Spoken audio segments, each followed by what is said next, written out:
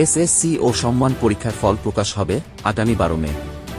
এদিন সকাল 10টায় গণভবনে প্রধানমন্ত্রী শেখ হাসিনার হাতে ফলাফলের সারসংক্ষেপ ও পরিসংখ্যান তুলে দেবেন শিক্ষামন্ত্রী মহিবুল হাসান চৌধুরী নওফেল। এ সময় তার সঙ্গে থাকবেন 9টি শিক্ষা বোর্ডের চেয়ারম্যানরা। বৃহস্পতিবার প্রধানমন্ত্রীর কার্যালয় থেকে শিক্ষা সচিব বরাবর পাঠানো এক চিঠি থেকে এ তথ্য জানা গেছে। প্রধানমন্ত্রীর সহকারী একান্ত সচিব ইসমাত মাহমুদা চিঠিতে সই করেছেন। প্রধানমন্ত্রী শেখ হাসিনা 12 মে ফলাফল হস্তান্তর অনুষ্ঠানে অংশ নিতে সম্মতি দিয়েছেন।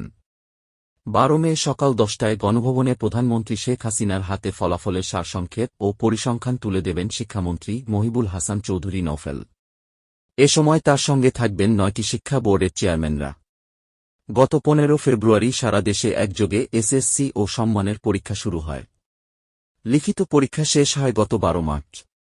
ব্যবহারিক পরীক্ষা 13 মার্চ থেকে 20 মার্চের মধ্যে অনুষ্ঠিত হয়। এবার সারা দেশের 11টি শিক্ষা বোর্ডের অধীনে মোট 20,24,192 জন পরীক্ষার্থী মাধ্যমিক পরীক্ষায় বসেছিল। তাদের মধ্যে ছাত্র 9,92,878 জন এবং ছাত্রী 10,31,314 জন। দেশের 29,735টি শিক্ষা প্রতিষ্ঠানের শিক্ষার্থীরা 3,300 কেন্দ্রে পরীক্ষা দেয়। মাদ্রাসা শিক্ষা বোর্ডের অধীনে দাখিল পরীক্ষায় এবছর মোট 2,42,314 জন পরীক্ষার্থী পরীক্ষা দিয়েছে। ছাত্র 1,42,314 জন এবং ছাত্রী 1,48,526 জন।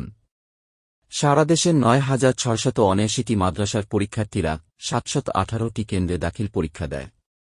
এছাড়া কারিগরি শিক্ষা বোর্ডের এসএসসি ভোকেশনাল ও দাখিল ভোকেশনাল পরীক্ষায় 2024 সালে মোট পরীক্ষা দিয়েছে 1,26,377 জন।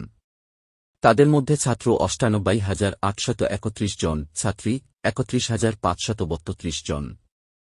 সারা দেশে 2,877টি কারিগরি শিক্ষা প্রতিষ্ঠানের শিক্ষার্থীরা 709টি কেন্দ্রে ভোকেশনাল পরীক্ষা দিয়েছে।